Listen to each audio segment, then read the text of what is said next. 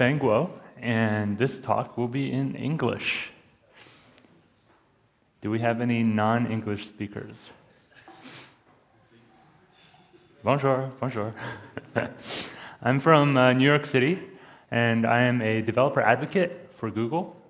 And what that means is I both come out here and speak to you guys, the tech community, and I try to gather your feedback and learn about what awesome things you guys are building and bring that back into Google, and I advocate on your behalf internally.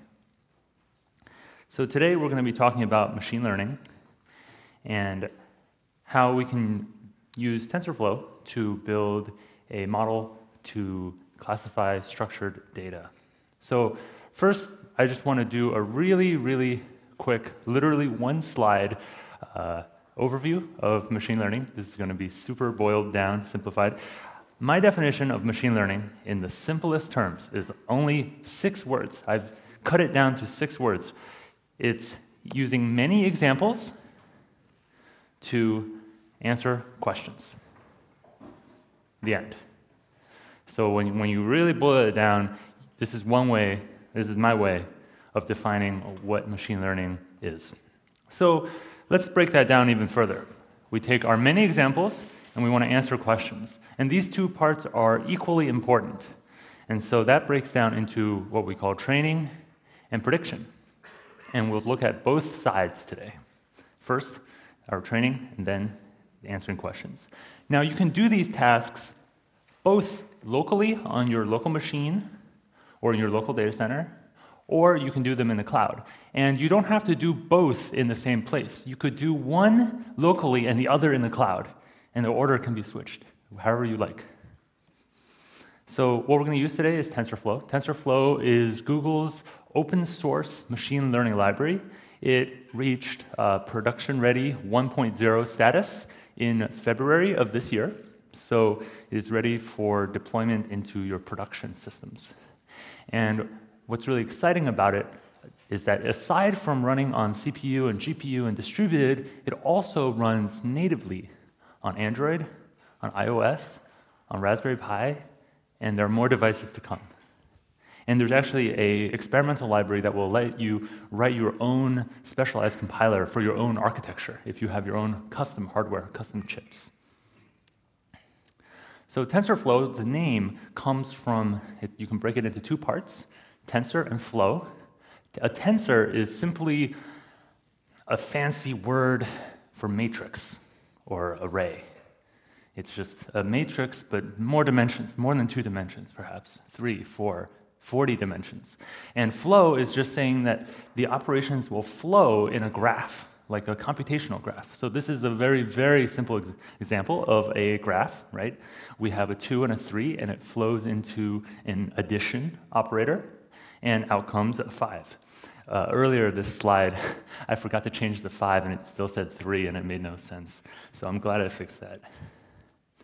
TensorFlow is built in a couple of layers, and we are going to be operating at the topmost layer. So join me, we're going to climb this mountain. From the very bottom, we have our distributed execution engine, right? It runs on all sorts of different platforms like we talked about. And that's written in C++. And on top of that, we have our Python front end. That's what makes it easy to code in. So it's fast to run and execute, but easy to code in and maintainable and readable. But this Python frontend still is manipulating individual nodes of the graph. So it can get a little hairy and it gets complicated and a lot of code, right? So you don't want to be operating at such a low level. So let's go up. We go up 1 level and we reach the layers API. This lets you write your machine learning model in layers of your quote-unquote network, right? So this is an abstraction over top of the bottom layer. And even here, you still have to be very aware of what's going on at the low level. So let's continue up, and we reach the estimator API. This will take care of both all of the kind of training processes, right? We're talking about training right now. And it is basically an API that you can write to, and more like a interface. And that's still for writing your own custom models. What if you wanted to just say, I just want you to do all of the work for me? Then we have canned estimators, which basically are pre-made models that you train, but the architecture is already set up, and you just have to configure them. And so that's what we're going to be exploring today, is the most easy-to-use level of TensorFlow, but it can yield really fantastic results with relatively little effort. So before we dive into the code, I have a little story. Let's say you have a really great idea, the next hot startup company.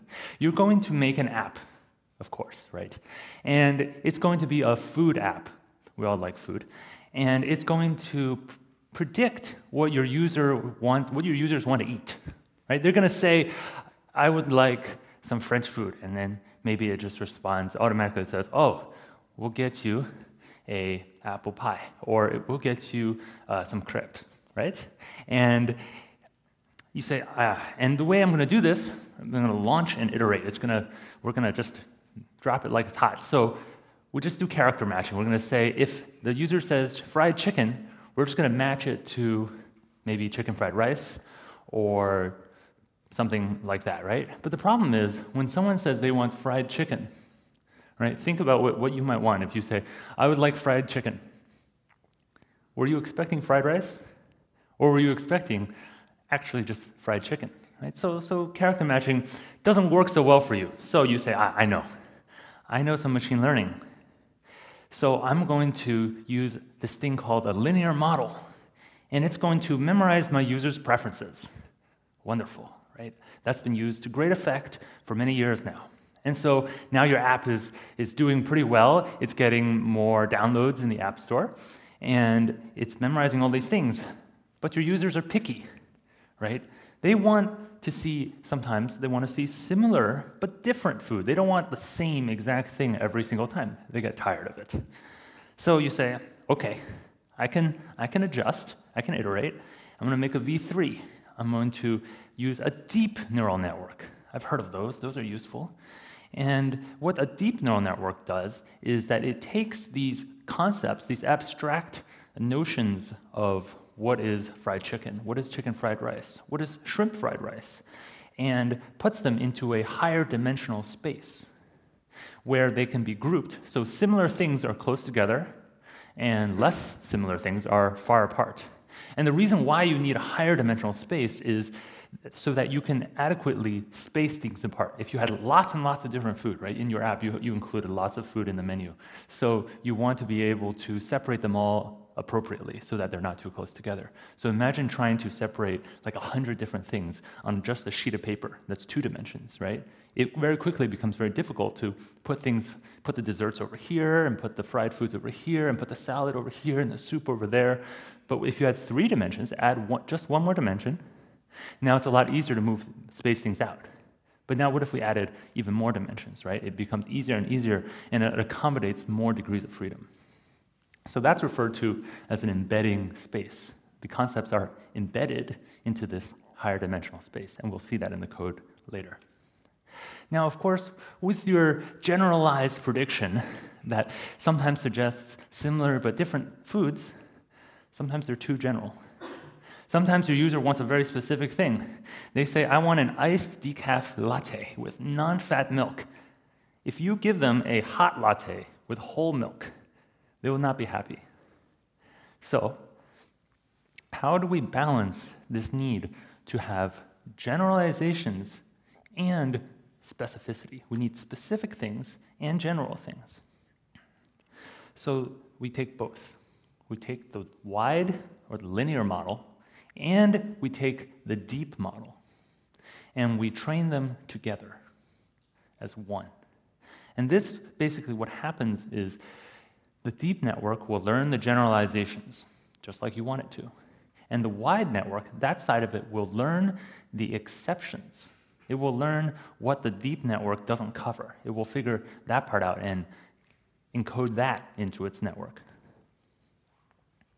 So this was basically the result of some research done by the Google Brain team.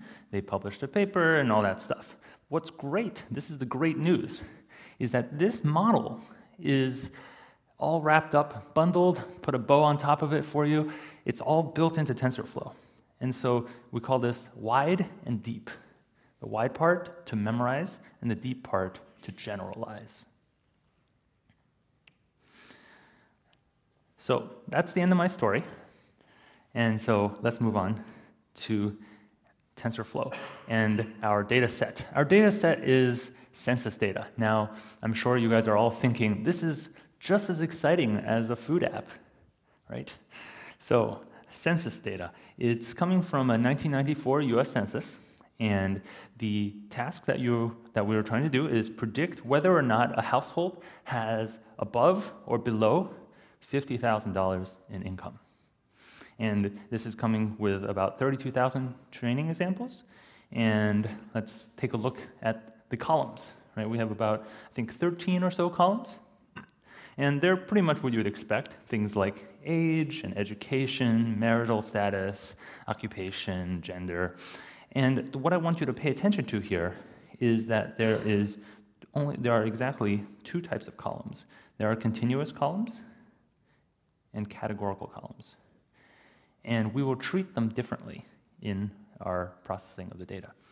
So with that in mind, we get to the end of our data, and we have the income bracket, right? The actual above or below 50,000. So that's our label. So we had lots of features. Those were, the data points. And then we have our label, which is our income bracket. So training has many examples, and prediction, we're trying to answer questions. But today, we don't have that many examples. Yes, it's 32,000 examples, but really you can go much higher than that. And so with just 32,000 examples, we can actually get away with doing our training today. I will just do it on my local machine. One, because I'm presenting and it's more reliable, and two, because it happens fast enough that it works. So to the code. So what I've got running here is, apparently I also have to fix the Wi-Fi, is a Jupyter notebook.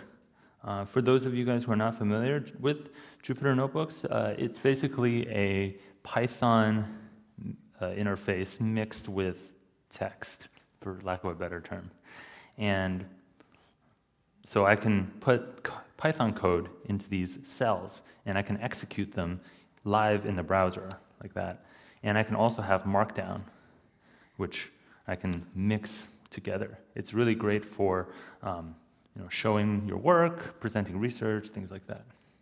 So after our normal set of imports, what we do is we define our columns in this section here. Basically, I have a couple of different arrays with the column names, right? The ones that we saw before. Is this large enough for you guys to see the code? Yeah. The folks in the back, okay? Great.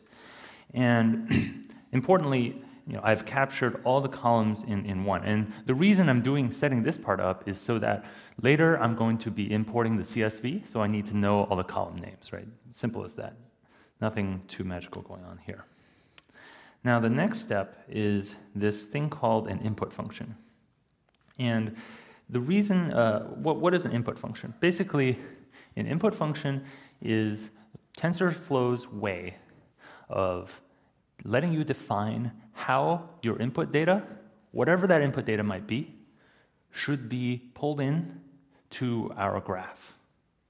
And so this one function, you can do whatever you want in it, it doesn't care, as long as it returns the data in the format that it's expecting.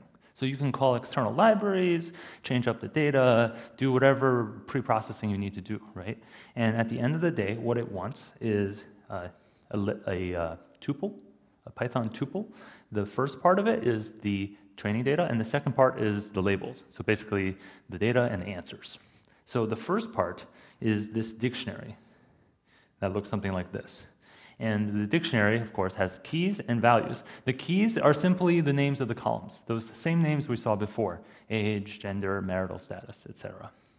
And the values are the individual values of that column. You can kind of think of it as if you had a CSV table with all the columns across the top and all the data coming down, and just turning it 90 degrees, right? And now we're mapping still from the columns to its data.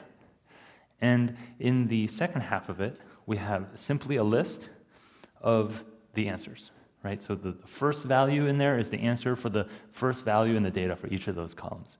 And the 0 and the 1 is over 50K, and the 0 is under 50K. So to do that, I have a bit of Python code. I'll briefly kind of talk through it, but obviously I don't expect you guys to understand all of it in such a short period of time. This is all up on GitHub, so you guys can take it and just use it or review it afterwards. Basically, what we're doing is we're setting up a reader, right, to read the file, and then we state these defaults. These are basically just whether or not they're numbers or strings. So really what that breaks down into is continuous or categorical, right? Numerical versus string data kind of have that kind of distinction. And then we go ahead and decode the CSV, passing in those record defaults. And then we have our columns. And so these columns, they don't have the column names attached to them. So what I'm going to do is I'm going to take the columns, which was from before, our strings of column headers, and we're going to zip them together. Right? So now I have a dictionary mapping all those columns to the data. So we're getting closer to the format we want. But it still contains the label, and it actually also contains one column that we're not going to use. So what I do is I take all our columns and I pop one off. I pop off the income bracket, right? The income bracket is our label, the label that we want to use. So we pop that off and we save that to income bracket. So that's nice. Our labels are done. And we need to pop off this one column. And this column, for those of you guys who are curious, represents the number of people that the person filling out the survey, whether they believed that, how much it represented for them. So it's kind of like a personal judgment variable. So it's not very useful for predicting income. And so we go ahead and pop that off and let it die. And so then we say, okay, now our remaining features are our features. That's it. And so we would return features and labels right away, but there's two more small steps.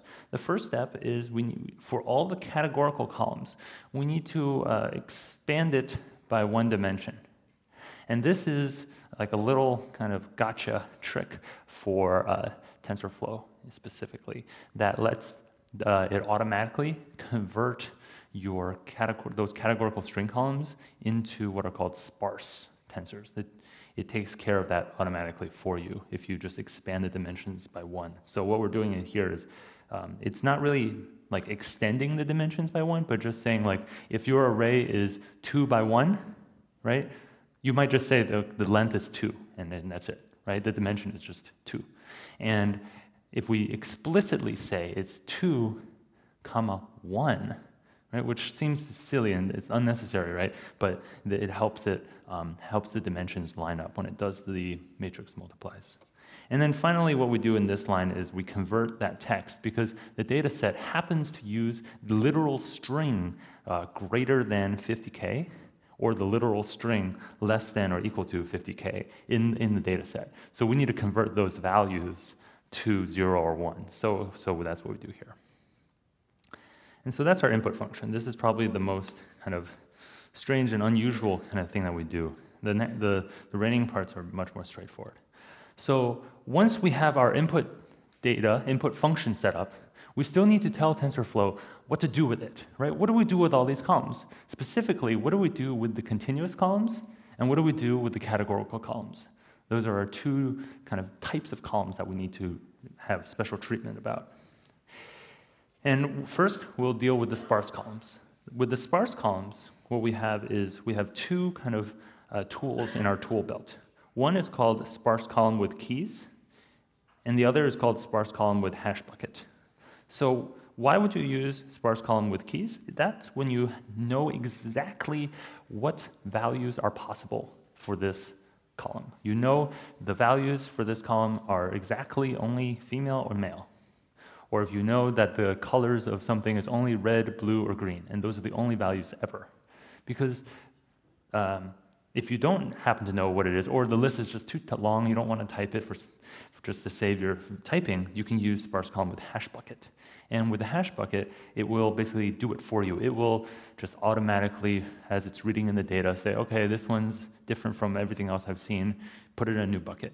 And then this one's the same, put it in the bucket that it was there before, and you just say the hash bucket size, and you just want to set that to be any number bigger than or equal to the maximum number that you think is possible for this field, right? So maybe you're collecting data from a form, and it's free text, and you have a rough idea of what your users might write, but people type all sorts of random stuff, right?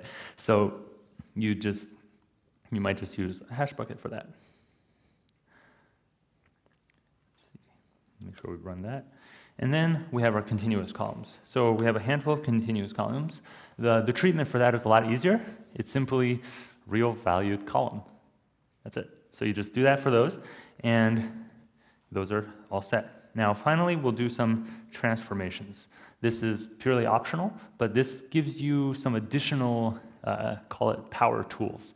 And what we can do is we can turn a continuous column into a categorical column if you want. So you can use bucketized column. You can say age, which I previously treated as a continuous column, we're going to bucket them. We're going to split them up into segments because maybe you only care about 18 to 25, 25 to 30, 30 to 35, etc.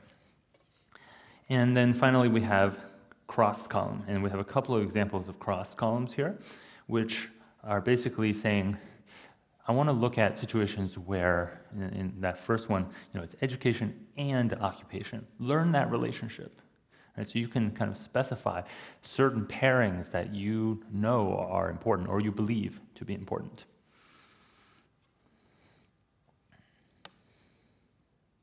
And so now this final step, we're just going to combine them all into an array. So that's just, just literally listing them all out from what we saved earlier. And then with the deep columns, what's nice here is that we can take all those categorical columns we had before, and we can do that embedding. Do you remember the embeddings that we saw earlier? So by doing an embedding, it allows the deep columns to capture the full data set. We can get those categorical columns and embed them, in this case, in an 8-dimensional space, each one in its own 8-dimensional space, and then allows it to place them as it sees fit. And the dimension here, I chose 8 mainly because I'm on a laptop. If you had more complex data, you can choose bigger numbers, 16, 32, 64. And so that's it. Those are all our columns. So this is the hard part, right? The hard part of most data-related work is getting the data, collecting it, cleaning the data, getting the data to be inputted, pre-processing the data, transforming the data, right, which is kind of like what we're doing now. So by the time we get to here, we want to make the actual machine learning model part as easy as possible, right? So how easy can it be? What we can do is, the part that we care about is this bit right here. This is wide and deep. It's a deep neural network, linear network, combined classifier, because we want to classify 0 or 1, and this is a deep and wide combined classifier. And all we have to pass in, this is simply a string of the folder that you want the model to be stored in. These are our wide columns from earlier. These are our deep columns, also from earlier. And finally, these 4 numbers, it is an array of the dimensions of the network that you would like. So in this example, the first layer of our neural network, I happened to choose 100 nodes. Second layer is 70, third layer is 50, and the last and fourth layer is 25. So now you can literally create the deep side. You can create an arbitrary sizing of your choice simply by passing in however many numbers you want in an array. So that's about as simple as it can get in terms of configuring a fully built out neural network. And so that's just to construct the model, right? We haven't trained it. So this part runs very quickly. You just run it, it's done. And so we created it, and it's in this directory. And just as a note, we've saved it to the variable m. So later when you see m dot something, pay attention to that. That's all the operations we can do. So what's the first thing we should do? We should probably fit our model, right? So let's run this. And you'll notice that here we have m dot fit. So that's all we need. We pass in our input function from the very beginning, right? That's why I covered it at the beginning, so that we wouldn't have to sidetrack right now and then get lost. So that will pull in all the data. Now, where are the feature columns? All those columns we worked so hard to configure, right? Those were in our actual model. When we created the model, we defined our feature columns right here.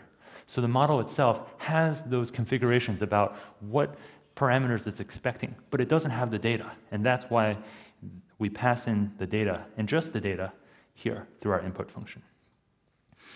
And we also pick a number of training steps. If you don't pass this in, it will run forever until you kill it. So definitely try to pass in some training steps. And so I happened to time this one. It happens, what does it take? About 35 seconds. So that's why I didn't put it up in the cloud. It would probably take that long just to upload and download and spin up. So I just said, let's just run it here for us. And of course, after you're done training, you want to evaluate the accuracy of your model. So to do that, we will just call m.evaluate. And I wrote the input function to be able to accommodate different files. So I have a test file. The test file contains similar data, but it will evaluate whether or not we got it right. So that does the evaluation, and we came out with an accuracy of 83%. Now, what you guys are probably wondering is how good could we do if it was only wide or only deep, right? Are we actually getting any improvement? So let's take a look. So let's say I only want a wide model, right?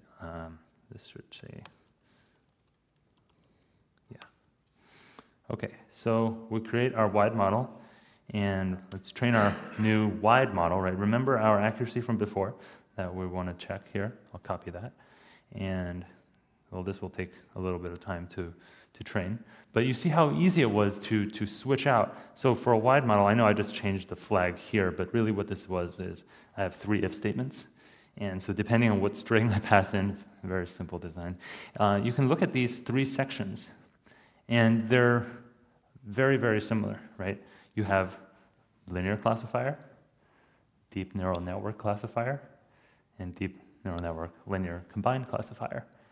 I just need to change this one term and make a few small adjustments to the parameters, right? In all cases, we always pass in the model directory, but for the linear classifier, we only pass in the wide columns. For the deep one, we only pass in the deep columns, right? So these all make sense. And of course, we pass in our structure. And then, of course, with the combined one, we just pass everything in. So hopefully by now, the training is done. We've finished training, great. And let's run our accuracy. So the number to compare to is the 83. So this is just the linear model. So in theory, this should do a little bit worse than the combined model. So sometimes it's about the same. And this is partly because of the slightly random nature of this, right? And partly because it depends on the number of training steps I do, the data set you might be using, things like that. So it seems that this data set, especially because we did quite a bit of work in the transformations up here. We did some crosses and we did a good amount of embedding. So a lot of the complexity was captured there. And so a linear model seems to work very well. And so this is something that you definitely want to test, right? When you're building models, you have lots of choices. Using the most complex model isn't always the best choice. But having that option and being able to easily switch them around, try out new things, that's part of what makes this really powerful. So we talked about, now this is training, right? So once we're done training, we want to look at prediction, right? And we did a little bit of prediction here with the evaluate, but that's kind of not as in-depth. That's just checking our training. But what if we wanted, when you're done training, you say, okay, I'm happy with my training. I've created a great model. I've tuned it. I'm happy with the accuracy. Now I want to be able to answer questions, right? We want to be able to actually do the prediction part of it. So to do that, what we want to do is, let's see if I can get this to the right place. Yes. So we want to create a model. And we have a few options here. One is you can take the files that are outputted and wrap them up in your own web server and configure how you want it to scale, create an API endpoint, manage security, auth keys, and all these other fun steps, right? Those are things that you want to do after you just finished cleaning your data, training it, managing it, waiting for your model to train, tuning the parameters. The last thing you want to be doing is managing your infrastructure. So one of the great things I wanted to share with you guys today is that Google Cloud Platform, aside from doing training, you can also run a prediction service. And it's as easy as just dropping your files in the cloud, giving it a name, and then saying, okay, I'm going to go take my lunch break now because I'm done. And so that's really nice. You can do this from the command line or from the UI. And so in this example, it's the Google Cloud command line tools. I like it because the naming is really easy to read. So it's gcloud, ML engine, versions create, and then you give it your version name. You say what your model name was, and then you point it to a URL in cloud storage. And this distinction between model and version, what that is model is simply, let me just show you, how about that? A model is just a wrapper for all of your versions. The versions are what really matters. And I know the naming is a little backwards here. So if I click this, all we need to give is a name. So maybe I call it Braidscamp, and I say create, and assuming the Wi-Fi works, we've created a model.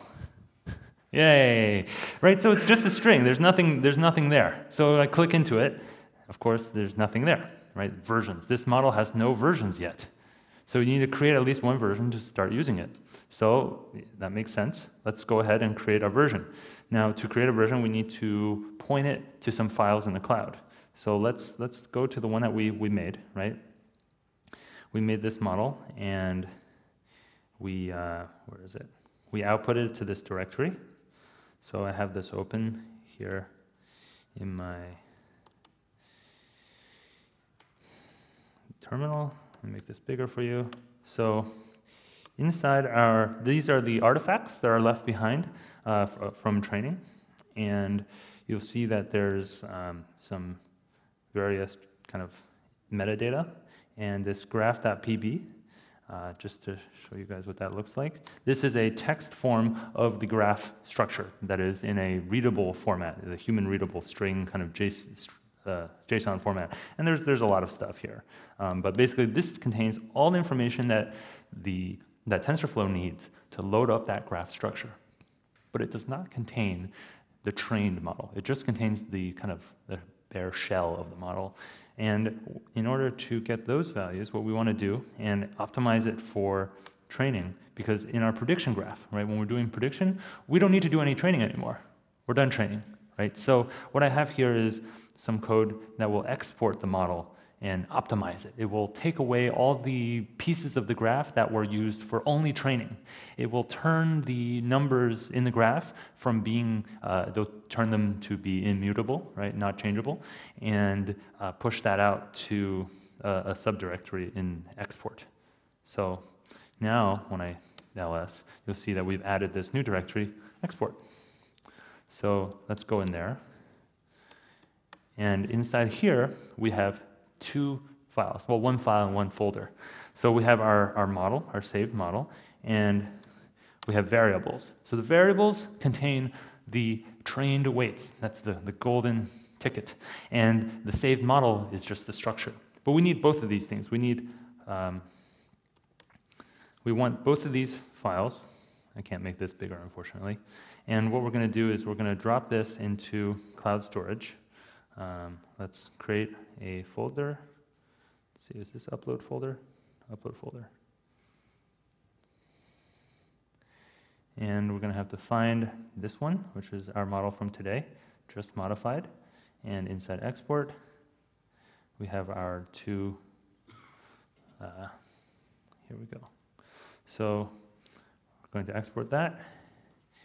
And let's see where that ended up. Oh, we called it this number. That's unfortunate. Let's give it a better name, maybe. Well, okay. let's just move on. Inside here, right, these are our values. So I'm going to copy this, and when we create a version, let's call this our v1, right? And then we want to point it to the location. And I always like to point this out because this really messed me up the first time I did it. You need the slash at the end. You ready? I'm going to hit backspace. You need the slash because it's expecting a folder. And if you don't have the slash, it thinks the file, and then it gets really unhappy. So make sure you have the slash. And so this folder, right, is this folder here with our two values that we just uploaded. And you can see we just uploaded that just now. And now it's going to create that version, right? So while that's creating, let's talk about how we can use this newly created version. So we did this, and here's our files. And let's see here, yes. So when we want to make a new prediction, you would pass in something like this. You would pass in a JSON with all those fields, right? These look familiar, and for each value, the actual value. So this is basically a REST API, and that's exactly what it provides. You have a REST API that you can hit, no matter if you're on the web, you're on a mobile client, you're on another server-to-server call, and we also provide in the command line a way that you can just call it with ML Engine predict. And so that's a great way for testing. If you can just throw the JSON in a file. And so that's what we'll do today, just for simplicity. And so a file that looks something like this, right? That's the JSON that we saw before. And all just turn into one line. And if you wanted to have more than one at a time, you can send in multiple, right? Just one line per JSON. So the new line, the limited JSON file. And maybe this is done, maybe this is not. It looks like it is not.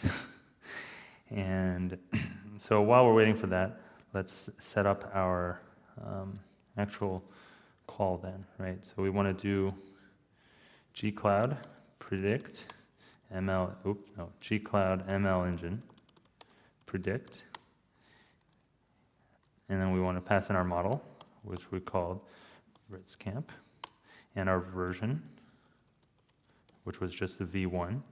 And assuming I spelled everything correctly, which is always the hard part, and let's say we want our test.json. And hopefully by the time I finish typing all of that, it's done, maybe. Let's see. Sometimes the UI takes a moment to figure itself out. It's still creating. I blame the Wi-Fi.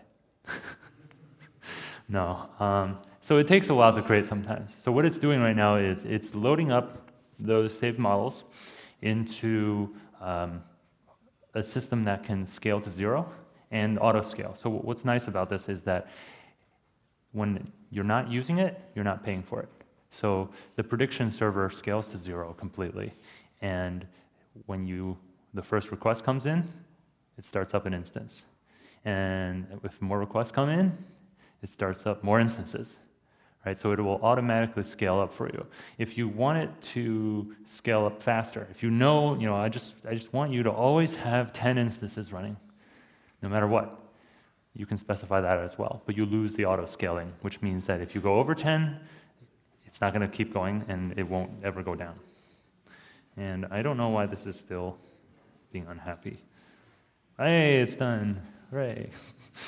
So, assuming I typed everything correctly, remember, this is the first request that this model has ever seen, and it appears that I did not type it correctly, or it did not really start up. Okay, let's just kick the computer again, see if it worked.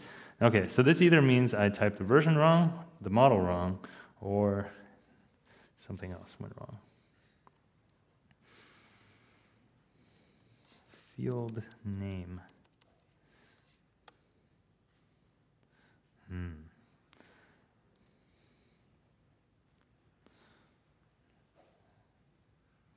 Everybody loves seeing live debugging on stage, right?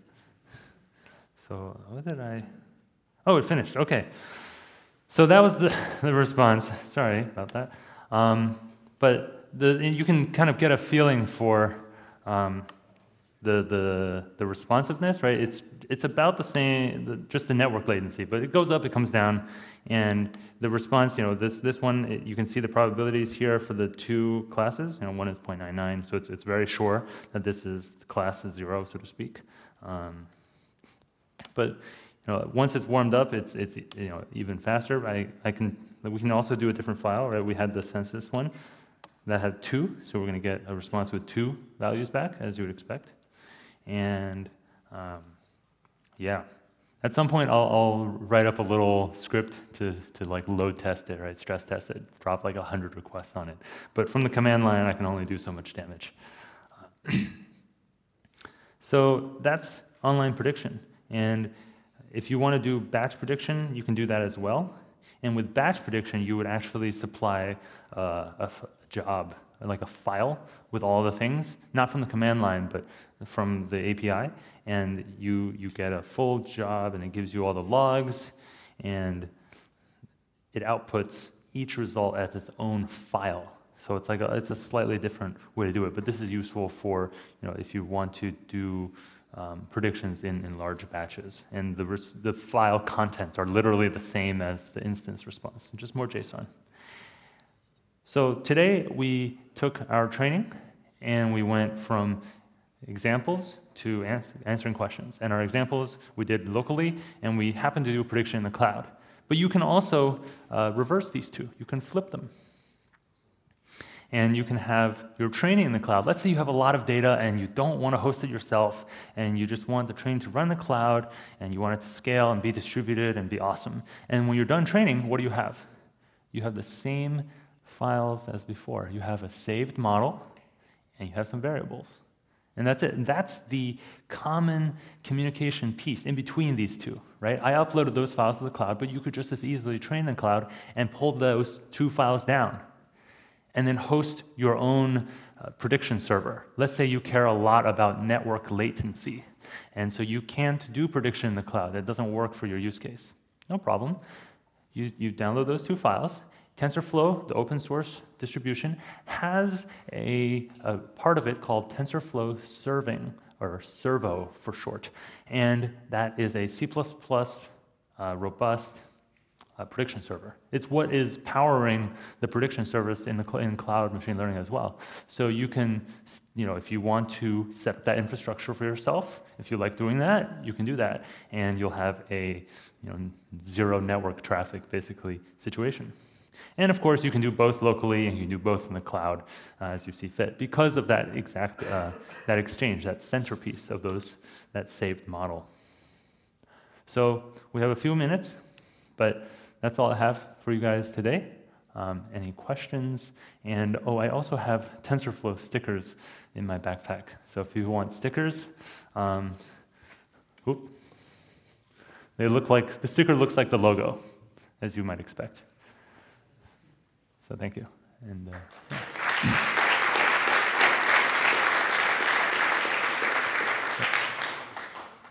questions?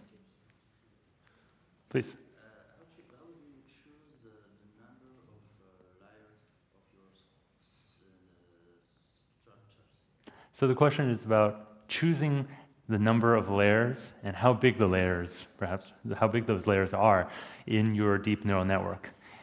Right now, the state of the art in terms of intuition around that is it's very empirical, which just means that there's no real intuition. You try some numbers, you see how they do. You try some other numbers, you see how they do. It's experimental. And as you do more, you kind of gain some intuition about your particular problem set. You gain some intuition about your particular kind of architecture, but in general, there's no rule of just like, if you do 5 layers, it will work every single time, no problem, right? So it depends, as it often is the case, but you can kind of take solace in the fact that it's easy to edit, right? It's very easy to say, oh, let me just try adding another layer and see what happens.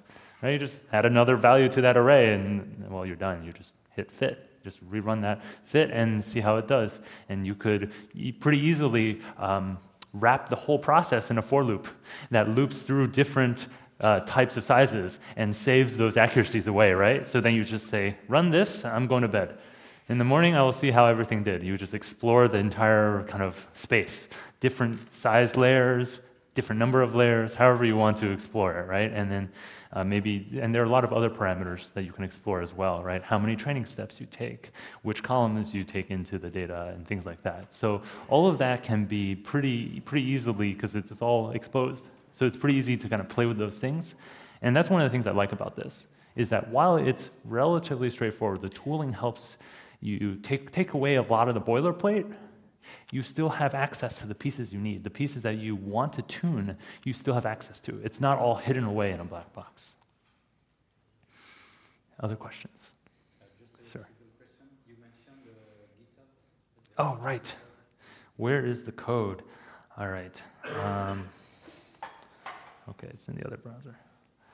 See, I have it, we have a couple of different ones. So the exact one that we saw today it's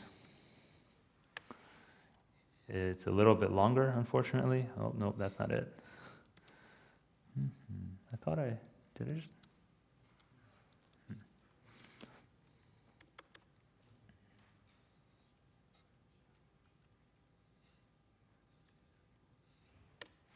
Okay, so this is a little bit long, and I apologize for that.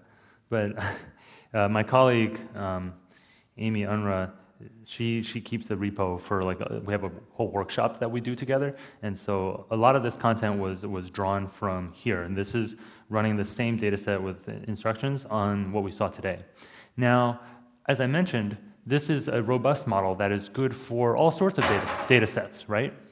So I also have one that's literally just at Yufeng G at GitHub, and it's just called wide and deep. And this one runs against a much larger data set. This data set is called the Criteo click data set, and it was part of a Kaggle competition a few years ago. The full data set that they released later on is a terabyte, and is, I believe, the largest public data set ever. But this is a smaller version of that. It's only 5 gigabytes, and it's like 45 million rows or something. And so it's the same model, but there's some extra, you have to do the work of writing the input function, right? Getting that in, loading that data set, and playing with the columns a little bit and stuff like that. So the first part is different, the second half is the same. So you can check that out as well. So that's just GitHub /Yufeng/wide and deep. Maybe I can just put this inside of here somewhere.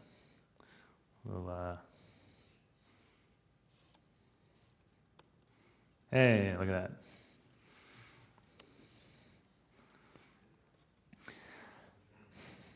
So yes, good question. Where is the code? Any other questions? Yes, sir. Is it possible to do incremental training? I mean, you train on a small data set. Mm-hmm. With time, you have more data, and you retrain again and again Yeah. network without starting from scratch. So the question is whether or not we can do incremental training, which is referring to doing training in such a way that you can introduce more data over time and continuously improve the model rather than retraining it with the new complete data set from scratch all over again. And the answer is yes. And what's really nice about it, remember how we passed in the model directory earlier? We said, I want you to put all the relevant files for this into this directory. Which path was it? Does anyone remember? It was a long name. Here we are. So in this directory are these checkpoints, what are called checkpoint files. And you can see here, this is checkpoint 1. This is literally the 1 step in. And we did 1,000 steps, right? So here's our 1,000-step checkpoint. Now, if I go ahead and I literally just rerun this fit, it still has that model directory saved. I'm just going to rerun that fit.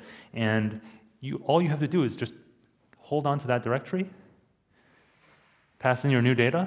It will pick up where it left off. In fact, you will see that it will actually, so it's writing the events, it will actually pick up on the same steps. It will start from step 1001 and go to step 2000. So it's even aware of that part of it. And so there it is. So there's our step 1001 and step 2000. So if you had some data and your colleague had some data, you start the training, all you have to do is send him the code, zip up this folder, send it over, and he could run it on his data set and have a new updated model with his data set. And neither of you have to be able to see each other's data. All you have to do is agree on the format.